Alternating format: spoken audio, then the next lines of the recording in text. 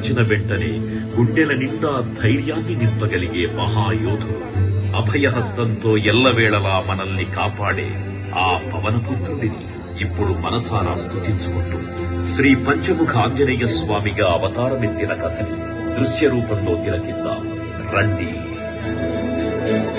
ఆంజనేయం ప్రసన్నాంజనేయం ప్రభాదివ్యకాయం ప్రకీర్తిప్రదాయం భజేవాయం భజే బాలగాత్రం భజేహం పవిత్రం భజే సూర్యమిత్రం భజే రుద్రరూపం భజే బ్రహ్మతేజం.